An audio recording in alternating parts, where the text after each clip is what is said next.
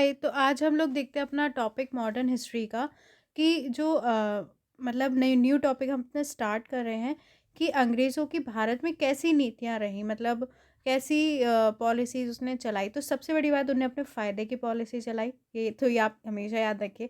तो पहले देखेंगे भारत में अंग्रेज़ों की आर्थिक नीतियाँ, मतलब आर्थिक नीतियाँ कैसी थी।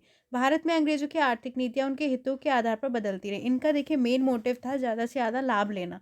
उस आधार पर ही उनकी जो आर्थिक नीतियाँ थी वो टाइम टाइम पे चेंज होती रही। भारत में ब्रिटिश उपनिवेशवाद मुख्यतः 3 चरणों से गुजरा था। जो ब्रिटिश उपनिवेशवाद था वो 3 चरणों से गुजरा है, इसको याद कर लीजिए। जैसे कि देखिए क्या क्या थे उपनिवेशवादी चरण। पहला था वाणिज्यिक चरण, जो 1757 से 1813 तक था। ठीक है, फिर था औद्योगिक मुक्त व्यापार वाला चरण, जो 1813 से 1858 तक था। और तीसरा था वित्तीय पूंजीवाद, जो 1860 के बाद रहा। तो ये 3 चरण थे, इनको भी हम बता देंगे। देखिए सन 1600 से 1757 ईस्वी तक ईस्ट इंडिया कंपनी भारत में एक व्यापारिक कंपनी के रूप में कार्य कर रही थी। पहले ये क्या आए थे, एक मतलब सिर्फ व्यापार करने आए थे पहले तो वो भारत में। तो स्टार्टिंग में इन लोगों ने क्या है, 1757 तक इन्होंने एक व्यापारिक कंपनी के रूप में भारत में कार्य किया। ठीक है, एक कंपनी के रूप में ये काम कर रहे थे। कंपनी भारत में बहुमूल्य धातुएं लाकर इसके बदले में यहाँ से कपड़े, मसाले आदि खरीद कर इन्हें ऊंचे दामों पर विदेश में बेचती थी। तो क्या करते थे, पहले तो ये जो भी सामान ले जाते थे उसके बदले पैसे देते थे। ठीक है, आगे जाकर इन्होंने मतलब कुछ भी गोल्ड वोल्ड देते थे, लेकिन आगे जाके इन्होंने सोचा कि भैया क्यों हम दें, है ना, हम तो पूरा फ़ायदा उठाएँ। तो देखिए पहले क्या करते थे, कंपनी बाद में बहुमूल्य धातुएँ लाकर इसके बदले यहाँ से कपड़े, मसाले आदि खरीद कर वहाँ पे उन्हें ऊँचे दामों पे बेच के फ़ायदा उठा रही थी। शीघ्र ही भारतीय वस्त्रों की लोकप्रियता ब्रिटेन में बढ़ने लगी। इससे चिंतित होकर ब्रिटिश उद्योगपतियों ने भारतीय वस्त्रों के आयात पर रोक लगाने हेतु ब्रिटिश सरकार पर दबाव डालना शुरू किया। तो देखिए जैसे भारतीय जो वस्त्र थे वहाँ की लोकप्रियता ब्रिटेन में बढ़ने लगी थी, तो वहाँ के जो उद्योगपति थे उन्हें लगा कि भाई यहाँ का सामान ज़्यादा बिकेगा। तो उन्होंने क्या है, ब्रिटिश सरकार से कहा कि भारतीय वस्तुओं के आयात पर रोक लगाई जाए। ठीक है, इस पर दबाव बनाने लगे। 1720 ईस्वी तक ब्रिटिश सरकार ने भारत से निर्यात होने वाले छापेदार और सूती वस्त्रों के आयात को प्रतिबंधित करने के उद्देश्य से कानून निर्मित किए। तो भाई अब उन्हें करना पड़ा।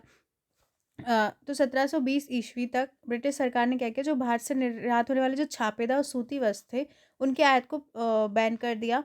ठीक है, बैन करने के उद्देश्य से कानून बनाया। इसके साथ ही अन्य वस्त्रों के आयात पर भी भारी शुल्क आरोपित कर दिए। ठीक है, बाकी अदर जो वस्त्र थे, मतलब दूसरे कपड़े, उनके आयात पर भी भारी शुल्क लगा दिया। ठीक है, बहुत ज़्यादा फीस लगा दी, तो वैसे ही फिर निर्यात में कमी आएगी, है ना।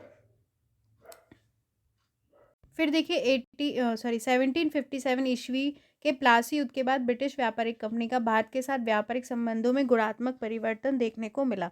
देखिए तो जब प्लासी का युद्ध हुआ तो अंग्रेज जो ब्रिटिश थे तो वो थोड़ा सा जो है वो तो एक व्यापारिक कंपनी थी, ठीक है, पहले, लेकिन उनको फिर उन्हें और भी अधिकार मिल गए। तो जो भारत के साथ व्यापारिक संबंध थे उसमें काफ़ी परिवर्तन देखने को मिला उसके बाद, प्लासी युद्ध के बाद। अब कंपनी बंगाल और अन्य राज्यों से वसूल किए गए भू राजस्व की राशि से भारतीय माल को खरीदकर विदेशों में अधिक कीमत पर बेचने लगी। अब इनने क्या किया, इनको देखिए अधिकार ज़्यादा मिल गए, तो कंपनी जो बंगाल और अन्य राज्य थे वहाँ से क्या है, जो वो भू राजस्व वसूलती थी उसकी राशि से भारतीय माल को खरीदती थी। ठीक है, यहीं से भू राजस्व की राशि से ही उन्होंने भारत का सामान खरीदा और विदेशों में अधिक कीमत पर बेचने लगी। मतलब उससे पैसे भी या गोल्ड या सिल्वर कुछ भी नहीं देना उसे। ठीक है, यहीं की पैसों से यहीं का सामान खरीद कर विदेशों में बेचने लगी। बहुत ज़्यादा फ़ायदा उसे होने लगा। इससे कंपनी ने भारी मुनाफा कमाया, बहुत ज़्यादा फ़ायदा होने लगा। 1757 ईस्वी के बाद कंपनी द्वारा भारत के निर्यात किए जाने वाले माल के बदले कुछ भी लौटाया नहीं गया। तो देखिए 1757 के बाद क्या हुआ, तो जो भी वो भारत से निर्यात कर रही थी उसके बदले कुछ लौटा ही नहीं गया। मतलब यहीं के पैसों से यहीं का सामान खरीद कर बेचा वहाँ पे, मतलब फ़ायदा ही फ़ायदा। ठीक, तो उसके बदले भारत को कुछ नहीं दिया। इस तरह भारतीय धन का प्रतिवर्ष दोहन होता रहा और भारत को इसके बदले कुछ भी प्राप्त नहीं हुआ। मतलब भारत का धन हर तरीके से ले भी रही है और इसको भारत को कुछ नहीं मिल रहा। इससे भारत प्रतिदिन गरीब और ब्रिटेन में समृद्धि आती चली गई। तो हम जो भारत था वो धीरे-धीरे गरीब होता गया और ब्रिटेन में समृद्धि आती चली गई। भारत से होने वाली लूट के कारण ब्रिटेन में पूँजी का संचय होता गया, जिसके कारण इंग्लैंड में औद्योगिक क्रांति संपन्न हुई। ठीक है, तो मतलब उन्होंने बाहर से इतना पैसा लूटा कि वहाँ पे काफ़ी पूँजी हो गई, जिसके कारण वहाँ पे औद्योगिक क्रांति भी संपन्न हुई। ब्रिटेन में घटित होने वाली औद्योगिक क्रांति ने ब्रिटेन की अर्थव्यवस्था एवं भारत के साथ इसके संबंधों को पूरी तरह बदल कर रख दिया। अब देखिए औद्योगिक क्रांति हुई मतलब समझिए वहाँ पे ज़्यादा इंडस्ट्रीज़ हो गई, अब उनको अपना सामान भी बेचना था। तो देखिए ब्रिटेन की अर्थव्यवस्था और जो उसके भारत के साथ संबंध थे वो फिर चेंज हुए। खेती हर भारत को अब औद्योगिक देश इंग्लैंड का आर्थिक उपनिवेश बनना पड़ा। पहले क्या था मतलब खेती-बाड़ी ज़्यादा थी भारत में, तो क्या है अब उसे जो औद्योगिक देश इंग्लैंड था उसका आर्थिक उपनिवेश बनना पड़ा। भारत स्थित ब्रिटिश सरकार ने अब मुक्त व्यापार की नीति अपनाई, ठीक है? भारत में जो ब्रिटिश सरकार थी, ठीक है? उसने क्या है अब मुक्त व्यापार की नीति अपनाई, फ्री ट्रेड। इसके कारण भारतीय दस्तकारों को ब्रिटेन में मशीन निर्मित उत्पादों के साथ असमान प्रतियोगिता का सामना करना पड़ा। अब देखिए यहाँ पर वो लोग हाथ से या जैसे भी मेहनत से सामान बना रहे हैं और वहाँ पे मशीन निर्मित सस्ता सामान मिल रहा है, तो उससे काफ़ी प्रतियोगिता का उन्हें सामना करना पड़ रहा था। साथ ही भारत में ब्रिटिश निर्मित माल के लिए आयात शुल्क को न्यूनतम कर दिया गया। तो भारत में जैसे जो अगर ब्रिटेन से कोई सामान आता था, तो उसके लिए आयात शुल्क तो बहुत कम लगता था। लेकिन बाहर से जैसे कुछ बन के सामान जा रहा है, तो ब्रिटेन में बहुत ज़्यादा आयात शुल्क लग रहा है, समझ रहे हैं? नए-नए इलाकों को जीतकर या अवध जैसे बृहद और संपन्न राज्य को जीतकर ब्रिटिश सामानों के खरीदारों की संख्या बढ़ाने और भारत में पश्चिमीकरण का समर्थन किया गया। तो उन्होंने क्या है, आगे वो और इलाके जीतते गए। तो अवध जैसा था एक बड़ा और संपन्न राज्य, उसको जीतकर मतलब वो चाहते थे कि मतलब जो ब्रिटिश सामान खरीदने वालों की संख्या बढ़े और इसलिए भारत में पश्चिमीकरण का भी समर्थन किया। अब जैसे वो लोग वहाँ की चीज़ों को पसंद करेंगे तो वहाँ की चीज़ों को खरीदेंगे।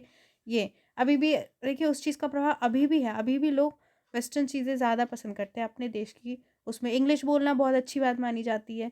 हिंदी बोलना, हिंदी बोलने से मतलब अपने चीज़ों को इतना अपन वो नहीं देते रिस्पेक्ट जिससे दूसरों के दे रहे हैं। वो चीज़ का प्रभाव अभी तक है।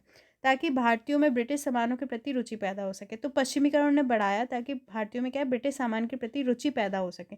दूसरी तरफ भारतीय माल के आयात पर ब्रिटेन में उच्च आयात शुल्क लाया गया जिससे उसके आयात को हतोत्साहित किया गया। लेकिन जो भारतीय सामान था वो ब्रिटेन में क्या है बहुत उस पे ज़्यादा शुल्क लगा दिया गया जिससे क्या है आयात तो हो नहीं पाता था। इस समग्र नीतियों का प्रत्यक्ष परिणाम हस्तशिल्प उद्योग के पतन के रूप में सामने आया, दस्तकार बेरोजगार हुए।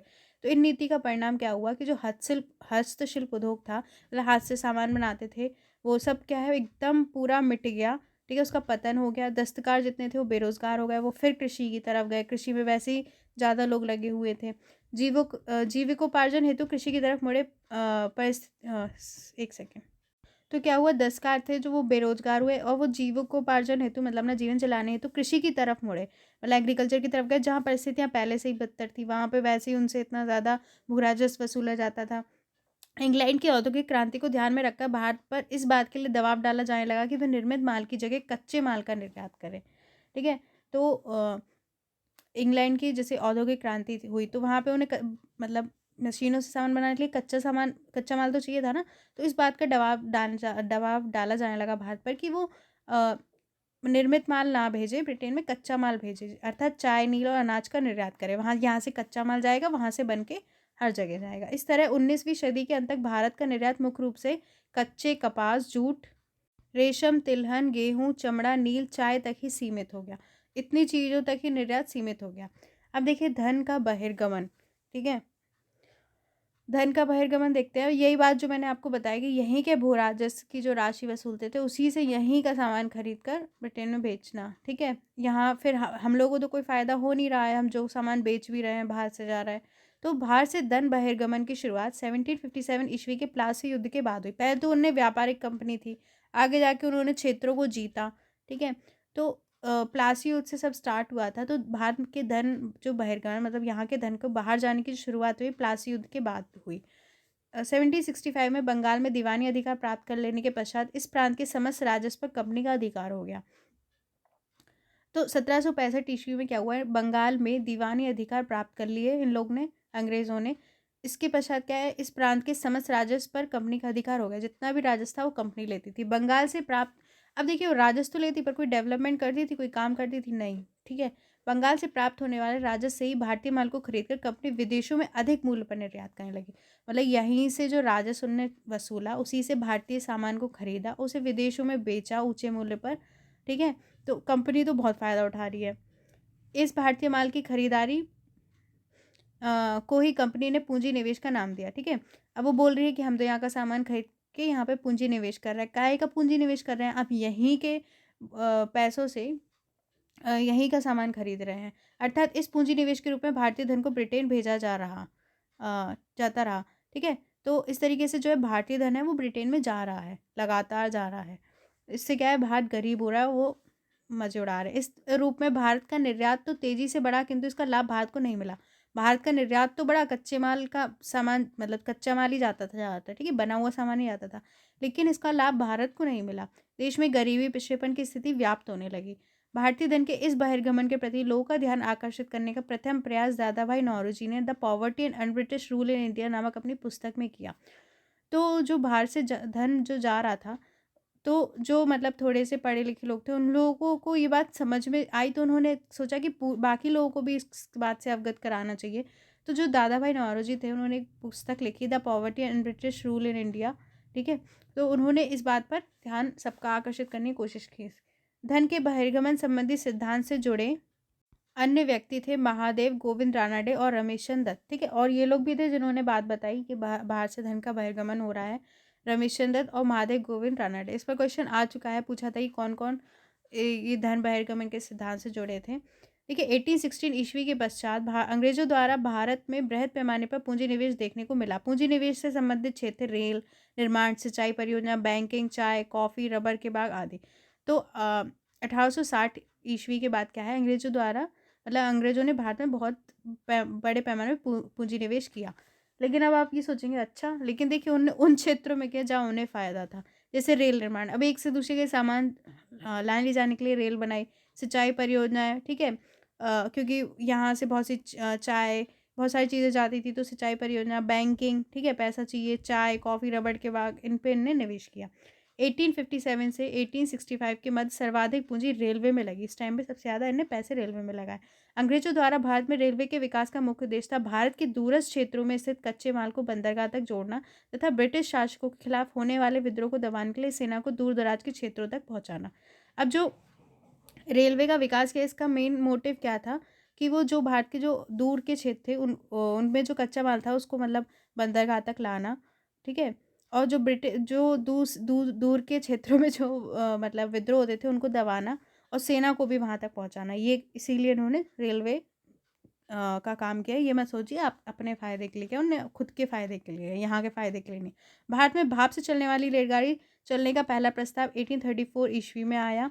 आगे चलकर 1853 ईस्वी में बम्बई एवं ठाणे के बीच पहली रेल सेवा की शुरुआत हुई। तो देखिए, ये याद रख लीजिए, 1853 में बम्बई से ठाणे के बीच पहली रेल सेवा की शुरुआत हुई। लॉर्ड डलहौजी के शासनकाल में भारत में रेल सेवा की शुरुआत हुई। तो अगर पूछा है रेल सेवा की शुरुआत कब हुई, तो लॉर्ड डलहौजी के काल में। देखिए, अगर कोई मेंस का क्वेश्चन आया तो आप ये सब मेंशन कर सकते हैं। वरना इतने बेसिक्स क्वेश्चन शायद ही पूछे जाएँ। लेकिन हाँ, वन डे एग्जाम्स जो देते हैं आप, स्टेट पीसीएस देते हैं, उनमें ये क्वेश्चन आते हैं, तो आप ये भी याद करते चलिए। हालांकि सर्वाधिक रेल लाइन का विस्तार लॉर्ड कर्जन के समय में देखने को मिलता है। स्टार्टिंग हुई थी रेल सेवा की शुरुआत लॉर्ड डलहौजी के टाइम पे, लेकिन इसका सबसे ज़्यादा रेल लाइन का विस्तार लॉर्ड कर्जन के समय हुआ। भारत में ग्रैंड ट्रंक रोड का मरम्मत कार्य 1839 ईस्वी में शुरू हुआ और 1815 ईस्वी में पूर्ण हुआ। 1853 ईस्वी में कलकत्ता एवं आगरा के बीच तार लाइन का विकास किया गया। ठीक है? डलहौजी ने डाक टिकट का प्रचलन करवाया और आधुनिक डाक प्रणाली का विकास किया। 1853 में क्या है, कलकत्ता एवं आगरा के बीच तार लाइन का विकास किया गया। सबसे पहले जो हुआ वो चीज़ें याद रखिए। डलहौजी थे, उनने डाक टिकट का प्रचलन करवाया।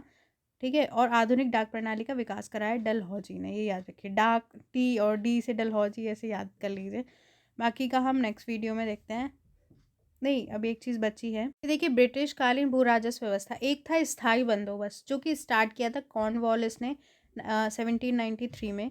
ठीक है? स्थायी बंदोबस्त कॉर्नवालिस ने स्टार्ट किया था। कहाँ पे ये चलाया गया था? देखिए, बंगाल, बिहार, उड़ीसा, उत्तर प्रदेश, बनारस और उत्तरी कर्नाटक क्षेत्रों में।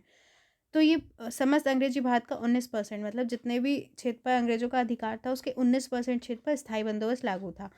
भूमि अधिग्रहण सदैव के लिए जमींदार को। इसमें क्या था, जो भूमि अधिग्रहण था मतलब जमींदार को दे दी जाता था। ठीक है? भूमि मतलब कि उनकी है। अगर ऐसे नहीं कि वो भी भू राजस्व नहीं चुका सकते तो उनको भी हटा हटा देते थे, लेकिन इसमें जमींदारों को अधिकार दे दी गए किसानों से छीन कर। ब्रिटिश सरकार को राजस्व देने की जिम्मेदारी जमींदार की थी इसमें।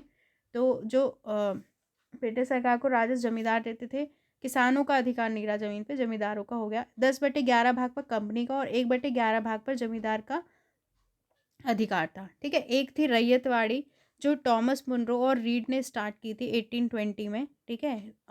ये हुई थी बम्बई, मद्रास, असम में ये व्यवस्था थी। समस्त अंग्रेजी भारत का 51%, सबसे ज़्यादा क्षेत्र पर रैयतवाड़ी व्यवस्था थी। भूमि का मालिक किसान, ठीक है। इसमें भूमि का जो मालिक था वो किसान था, जमींदार नहीं थे।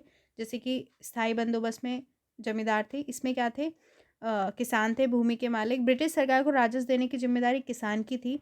कर की दर 33% से 55% तक थी, ठीक है।